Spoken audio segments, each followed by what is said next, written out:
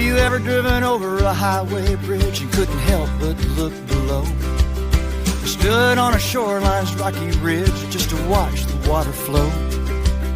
And count yourself as one of the few with a different set of dreams, the kind that keeps you up at night, 'cause you can't wait to get to that stream. It's more than a river. It's more than the water flowing or where it's going. It's the grip on the paddle and the shit in the saddle, the V in the boulders and the lean in the shoulders. When you reach for the eddy, it doesn't get better than this. Yes, it's more, so much more than a river. Hello, everybody. Welcome to Live Conversations with Cross Currents Leadership. We are live on Facebook, Substack, and YouTube.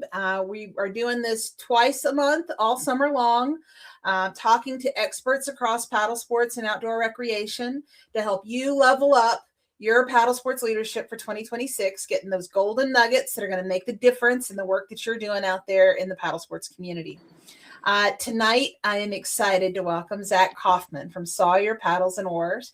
And we are going to talk about an amazing statewide initiative that is coming to life this week in Oregon. Zach, thank you so much for taking time and on Mother's Day of all days to help me talk about this great initiative. Absolutely. Happy to be here. Happy Mother's Day to all the mothers out there watching, and mine included. Absolutely. And so what's going on, guys? We've got this Oregon Fit to Float event that's going to happen on Friday, May 15th. That's this Friday at multiple locations across the state of Oregon from 3 p.m. to 6 p.m. It's a life jacket fitting event. So it's perfectly designed for you to take your youth, your family, your paddling crew, your Boy Scout troop, your Girl Scout troop, whoever you need to take out there and help empower their water sports for the summer. It's just going to be so much fun. We've got all these different locations participating. Zach, I really want to talk for just a minute because this has been such a fun collaboration to bring to life. Let's talk a little bit about how the idea came up. I know it was an idea that you and others had been sort of bouncing around and talking about. Yeah. You and I met at the Paddle Sports Trade Coalition at the CoLab. Let's talk about what that process was like. So basically Sawyer, we've been a manufacturer for years, and we started a podcast just to start connecting some of the voices of our industry.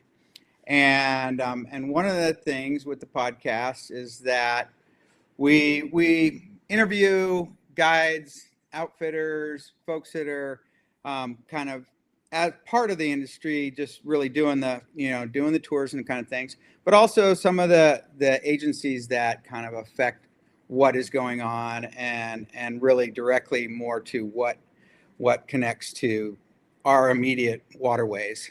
And Sawyer's always been quite an ally of our marine law enforcement, and so they basically around here they don't really patrol the rivers in kayaks.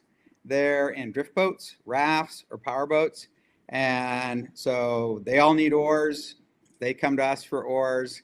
I've given presentations to the Marine Department and that kind of thing, and our state Marine Board was also kind of working with the Sheriff's Department, trying to kind of do life jacket outreach, because in Oregon last year we had a handful of stand-up paddleboard drownings, river deaths, and so that got a lot of people's attention, and it was like, what is going on here? And so there were all these lengthy debates about leashes and proper gear and all this kind of thing. And I mean, basically it's people get a board anywhere they can, and then they take a pretty much lake specific board and go head down the river.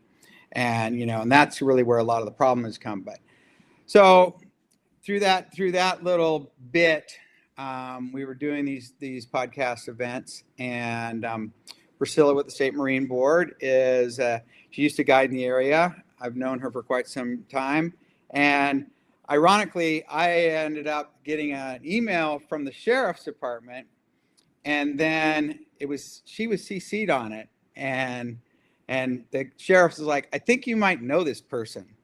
And so then Priscilla calls me up and she's like, "Yeah, I was kind of thinking it was that Zach." And so just kind of that small world that it was. And so we got on the river. We did a podcast episode. We're doing interviews as we're floating down the river, and we're talking about a lot of things that are just Marine Board and river related.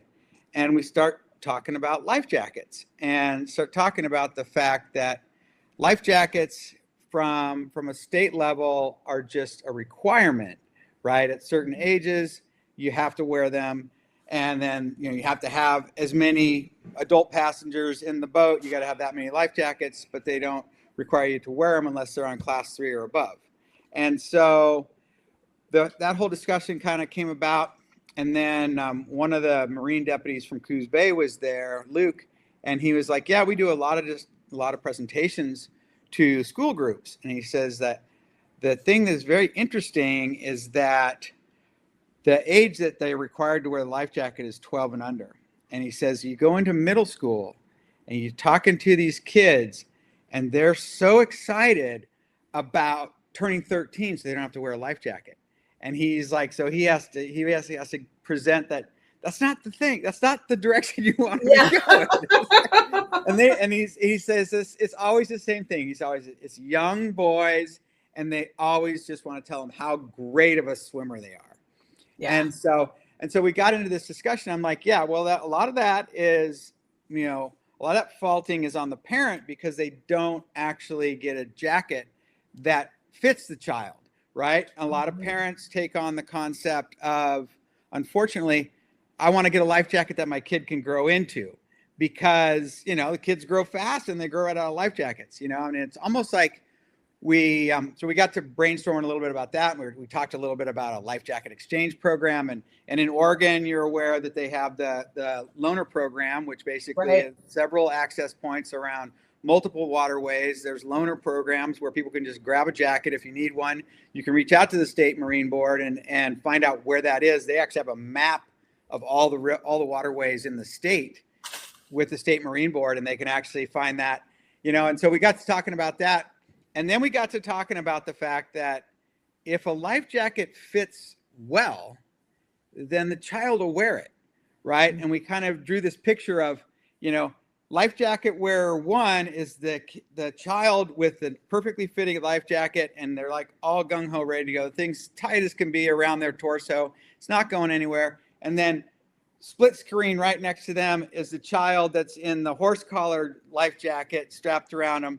And it's like, yes, they are both life jackets and they will both serve a purpose. But is that child really getting the best experience on the water? And so we went over and over about that. And I just jokingly said on the podcast, I'm like, wouldn't it be great if we could just get a statewide life jacket fitting week?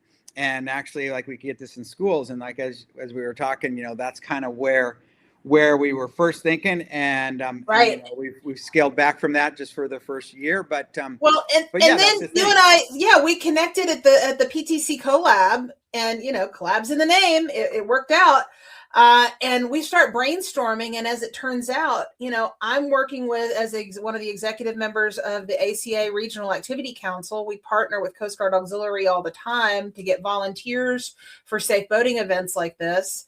And we were looking for a new event model that we could pilot in one state and hopefully grow to more states that doesn't have to require, like our Kayaking 101 model is a phenomenal event model, but it requires having a lot of instructors engaged. Right. And it requires having water that's warm enough to paddle in mid-May during Safe Boating Week.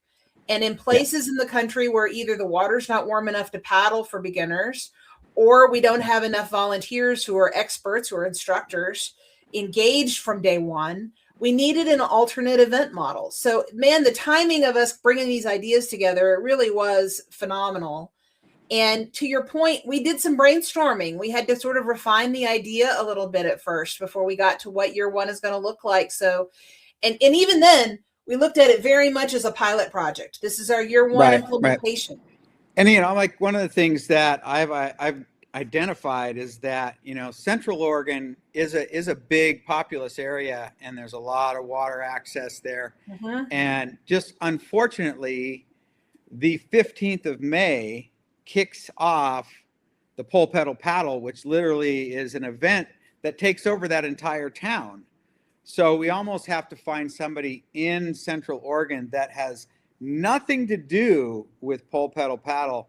And actually, they need to be kind of out of the area a little ways, because, it's like traffic jam central in that town just all during the day, and so Friday afternoon is not as bad because everybody's coming into town. But they stage, it's several football fields of floated craft, which are basically all these team members that are going to come down off the mountain from skiing, from biking, from running, and then get in their boat and paddle downriver, upriver. And, it's a big event.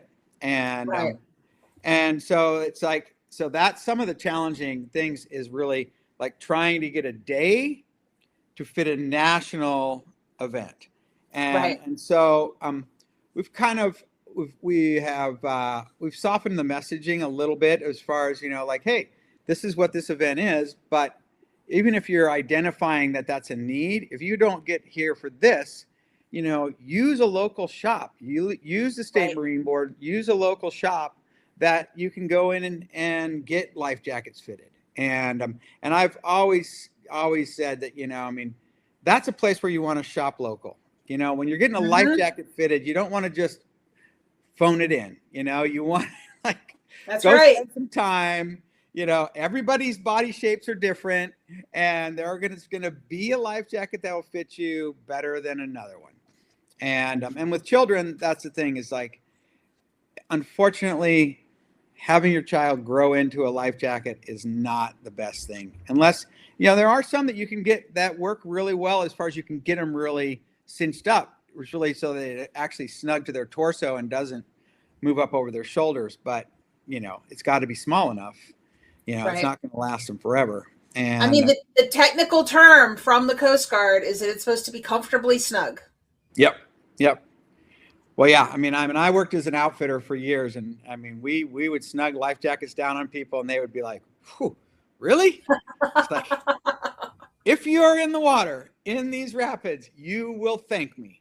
And when we get done with all the white water, we'll let you loosen a little bit. And it's like one of those things that never fails. Like on really more intense rivers, you get to like this top of the canyon, and that was like one of the things. Every one of our guides is like, okay, I'm going to do a life jacket check. I'm going to do a walk around in my boat here.